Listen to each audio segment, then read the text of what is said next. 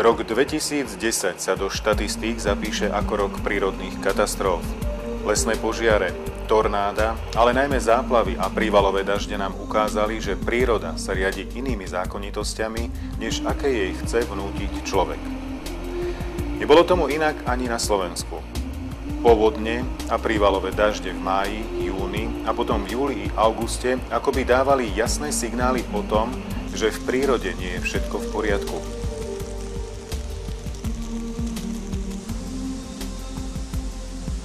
Ale bola to naozaj iba príroda, ktorá spôsobila záplavy v Hlohovci, Hnúšti, Nižnej Myšli, Malých Pozmálovciach, Zvolenskej Slatine, Handlovej či Prievidzi.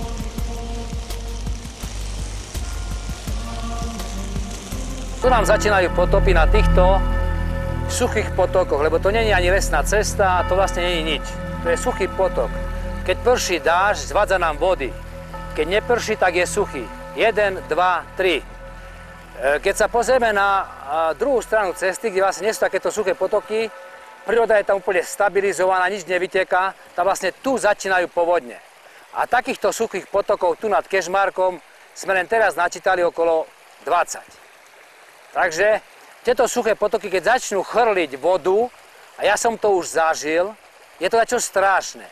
To zase odniesie kamene, kuľatinu, zase odniesie všetko možné. Vyrýva takéto veľké jamy, čo to ešte je malé. Za 2 roky, keď tu prídu také dážde, toto bude o 3 metre hlbšie.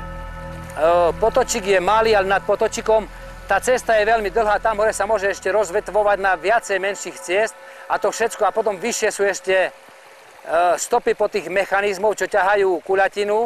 To všetko zvádza všetky vody priame do toho jednoho miesta. Bo tu je nakladka kuľatiny, tu viete, že sa nakladá kuľatina, takže tu sa sťahuje voda z tejto cesty, a nevieme koľko kilometrov tam, koľko tam a koľko tam a koľko je tá stopov po mechanizmu. To nevieme. Ale je to velikánske množstvo. Keby som stihol počas búrky jednu takúto tú cestu nafilmovať, ľudia by sa čudovali, čo to je. Ja som to už zažil, len som to nefilmoval, pretože som nedával tomu takú váhu, lebo som si to neuvedomil v tom čase, keď som stával tie lesné cesty v Karpatoch, som si to neuvedomal, že vlastne toto budem raz musieť povedať ľuďom, čo som zažil a budem musieť hľadať dôkazy na Slovensku, že to je tak. A myslím, že už len tá výdrhová cesta, 1, 2, 3 a tie ďalšie, čo sme videli, sú dôkazom toho, že tá všetká špina, tie všetky kuľatiny, tie všetky kamene sú stádeto z týchto ciest. Lebo keď sa otočíme na druhú stranu hory, tu padal taký istý dážď a tam je všetko zdravé, čisté, tam sa nič nevniesie. Najviac sa obávame toho, že sa nič nevyrieši, viete? A nevyriešilo sa za 20 rokov nič. Že nie sú majitelia, problémy budú v tom, že hrádze sa budú oddialovať, lebo výkup pôdy sa nebude robiť, ako by sa má robiť výkup pôdy na hrádze. Dodnes není vyriešený nič. Hrádze, jak Gabčíkovo, nevyriešia, ale spomalia činnosť pravdepodobne tej záplavy. Pri intenzívnych prívalových dažďoch táto voda splachuje do potokov z približovacích ciest a z vážnic drevnatý odpad z ťažby. Tento odpad sa v zákrutách alebo na úzkých miestach potokov a na mostoch nad potokmi sprieči a vznikne tzv. Bobria hrádza. Táto bobria hrádza upcháva prúd vody, vytvára jazerá, ktoré sa naplňajú ďalšími sedimentami. V údolí sa môže vytvoriť naraz niekoľko takýchto bobrých hrádzí, ktoré sa po naplnení dominovým efektom pretrhajú a spôsobia tak bleskovú povodeň. Váha vody je zdvojnásobená prítomnosťou sedimentov a kameňmi v tečúcej vode. Vlna z takejto povodne môže byť vysoká aj 5 metrov a jej sila vyvracia stromy s koreňmi, vymieľa mosty a ženie pred sebou všetko, čo vyplavila z lesa. Prispievajú k tomu aj regulované potoky v dolinách, pôsobiace ako tobogány, ktoré urýchľujú odtok vody do údolí.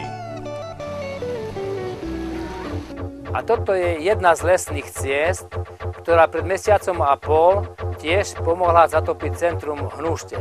A takýchto lesných ciest je tu nespočetne. Dovolím si odhadnúť možno aj 50, keď nie viac. ja som si na 100% istý, že tieto lesné cesty sú jedna z hlavných príčin dnešných povodní, ktoré nás tak často a tak veľmi vytápajú. Tie vedecké kapacity by mali chodiť do terénu a sledovať, čo robí dažďová voda počas dážďov na našich lesných cestách i približovacích cestách i po stopách tam, kde chodili mechanizmy. Pred 20-30 rokmi nebolo toľko lesných stôp, ani toľko približovacích ciest, jak je teraz. A každý deň pribúdajú nové a nové a staré sa nerekultivujú. To značí, že voda má stále viacej možností otekať z týchto lesov a rýchlejšie dole do dolín. Takže môžeme čakať, že v budúcnosti, keď sa budú stavať stále také lesné cesty a približovacie cesty, nás tieto cesty zatopia. Toto je lesná cesta, ktorú by som povedal, že je približovacia. Táto lesná cesta, vidno na nej, že už dávno nebola použitá a nie je používaná. Keby bola zrekultivovaná okamžite po ťažbe, keď sa používala, dneska tu nie je žiadny problém a voda nesteká dole. A jedno z týchto riešení je stavať lesné cesty bez priekop, aby voda, ktorá steká po svahu cez cestu, aby nám stekala hneď pod cestou do svahu, tam sa tratila v tomto poraste. A teraz sa klasicky tieto lesné cesty stavajú tak, že urobí sa lesná cesta a pri lesnej ceste sa robí priekopa a touto priekopou sa zvádzajú vody rýchlo dole do dolín. A tieto vody sú práve jedna z príčin povodní, ktoré vznikajú v dolinách. Darmo, že do tejto priekopy dáme trúbu, že chceme, aby tá voda preletela tu, ale pri tejto rýchlosti, čo voda naberá, toto preskočia, ide ďalej do dolín a ďalej eroduje pôdu a zatápa nám nížiny. Takáto cesta už sa rekultivuje veľmi ťažko, lebo už je veľmi vymytá, ale aj tak sa dá zrekultivovať. Zabijeme kolík vpravo, kolík vľavo, alebo po dva kolíky, tak dáme prepážky nejaké, zase nejaké kolíky tu z lesa, zahrabeme hlinou, posadíme, posejeme trávu na každých 5-10 metrov podľa sklonu, zrekultivujeme. To značí, že táto prepážka bude držať iba tú vodu do tej ďalšej prepážky, bude zbierať a rozptýľovať vodu do podrastov. Vedľa, vpravo, vľavo, aj tu na mieste sa nechá voda. Keď takéto cesty budú pribúdať takým tempom, jak pribúdajú aj teraz, a staré sa nebudú rekultivovať, neviem, čo sa dožijeme v najbližších rokoch, možno aj v najbližších mesiacoch. Ja som počúval debatu v televízii na STV2, keď jedna pani hydrologička hovorila, že toľko nám napadalo dážďa, že jak môžete dať do litrovej banky, do litrovej fľaše 2 litre vody. Toľko dážďa nám napadalo. Keď tejto vode dáme do cesty viacej týchto banok, jak som to narysoval na tomto obrázku tu, tak tieto banky sa nenaplnia ani z polovici a tá spodná nebude preliata. Takže tú lesnú cestu urobíme so správnym sklonom, že voda pretečie pekne dole cez cestu do podrastu, do spodného podrastu. Tu uvedeme, že to je jedna banka, druhá, tretia, piata, 20. Tú vodu nám treba rozptýliť a tá voda teraz nám steká po tých lesných cestách aj 2-3 km dole a nikde neoteká do podrastu. Áno, tak sa opakujú tie povodne u nás znova a znova.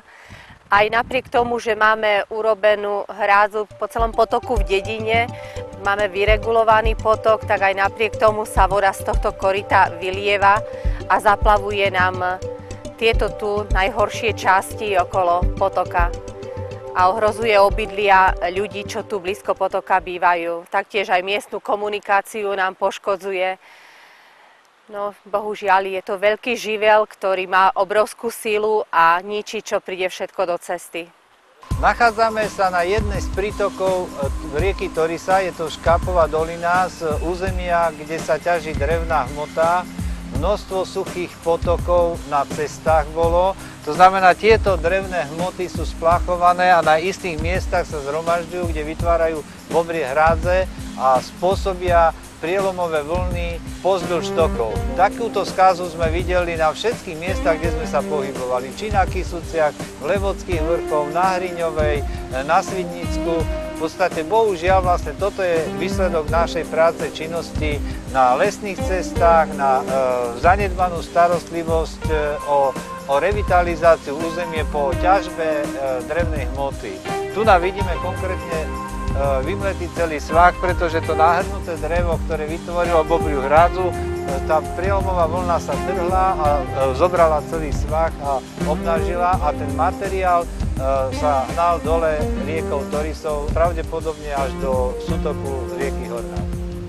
Ja som prakticky skoro každý deň v prírode. Vidím, jak sa to rýchlo zväčšuje ten objem tých nových vybudovaných takýchto ciest, jak rýchlo pribúdajú tie stopy po tých mechanizmov, to sa nedá odhadnúť len tak z brucha, ale ja hovorím, že každý deň nám pribúda minimálne 1000 km stopov mechanizmov, nejakých 100 km takýchto ciest nám pribúda a treba čím skôr s tým niečo začať robiť, aby to už tá nová vláda u nás zobrala do programu a nielen nová vláda na Slovensku, lebo to je problém Poľska, presne majú také stresy, jak my. Je to problém Ukrajiny, Rumunska, myslím si, že aj Česka. A to treba čím skôr riešiť globálne, pretože my sa rýchlo hrneme k skaze. A to už nie, že len vidím ja, to už vidia aj tí ľudia dookola. Vlastne teraz lobujem za všetkých ľudí, čo boli vytopení a čo ešte len budú vytopení. Ale musím povedať, že nie je to úplné riešenie protipovodňovej ochrany, pretože ako táto regulácia potokov odvedie vodu tam, kam chceme, ale na druhej strane robí nám problém. Problém je jedno, že veľké prívalové vody, ktoré sú tu, prinášajú do vrchnej časti regulácie potokov veľké množstvo štrku a sutín. Tieto štrky a sutiny zaplavujú reguláciu potoka a tým prakticky voda sa vzdúva a vybrežuje k rodinným domom, vybrežuje na cesty. To znamená, systémové riešenie by bolo vtedy, ak by sme ešte pred reguláciou potokov urobili nejaké zábrany, nejaké zdrže, hrácky, ktoré by práve tieto sutiny a tieto štrky zachytili, aby stále voda kde mala prechádzať týmto korytom potokov. Zdá sa, že regulácia potokov nie je dostatočným riešením protipovodňovej ochrany. Obec s regulovaným tokom je síce chránená, ale vodu odvádza do nižšie položených obcí, ktoré môže takto zaplavovať. Žiaľ, regulácia odtokových vôd existuje aj pri poliach. Namiesto toho, aby dažďová voda zavlažovala polia, je odvádzaná rovno do obcí, kde môže spôsobovať problémy. A podobných príkladov v regulácii odtokov dažďových vôd máme všade naokolo. Toto je kanál pri diaľničnom obchvate Popradu, ktorý odvádza dažďovú vodu z úseku dlhého takmer 2,5 kilometra. Kanál v podobe tobogánu má pomerne veľký spád a nad obcov Janovce ústi do zberného kanála. Počas prudkého dažďa voda zrýchlená týmto tobogánom vymlela vozovku a všetok štrk nakopila pred zberným kanálom.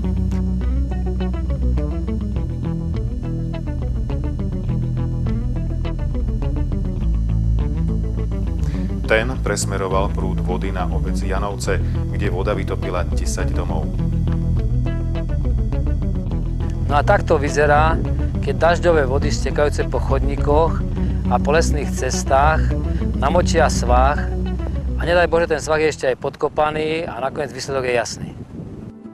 Aj zosuvy pôdy sú zapríčinené koncentráciou dažďovej vody. Mechanizmami a autami zhutnený povrch lesnej cesty neprepúšťa dažďovú vodu. Tá steká v priehlbinách a zákrutách ciest do nezhutnenej zeminy pod lesnou cestou. Pod vplyvom takto naakumulovaného veľkého množstva vody silne premočená zem pod lesnou cestou spôsobí zosuv. Tak to bolo v Kapušanoch pri Prešove, v Miňovciach pri Stropkove a na mnohých ďalších miestach Slovenska.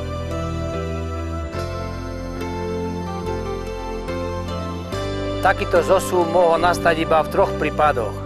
Že tu cestu niekto podkopal alebo podmiel, že hore niekto naplnil tú zeminu vodou a vlastne tak sa začal posúvať, alebo že bolo zemetrasenie. Cesta nebola podmytá, zemetrasenie nebolo, to znamená, že bolo namočené z vrchu, tento kopec bol namočený a potom zapričinil tento zosuv. Táto štátna cesta bola zaplavená z tejto doliny, ktorá bola naplnená vodou, z tejto lesnej cesty. Tu na konci tejto lesnej cesty sa utvorila bobria hrádza, ktorá zabranila výtoku vody z tejto cesty a voda sa otočila smerom tu k tejto nížine, k tomuto malému rybničku. Toto všetko sa naplnilo vodou, tá voda začala presiakať do zemi, zem sa premočila a tým pádom pod týmto tlakom začal zosuv štátnej cesty a tohto celého kopca. Kvôli tejto lesnej ceste musíme investovať neviem koľko 100 000 eur alebo 1 000 000 eur do budovania novej cesty a nového mosta. Nebolo by to jednoduchšie a lepšie zrekultivovať túto lesnú cestu za málo peňazí ako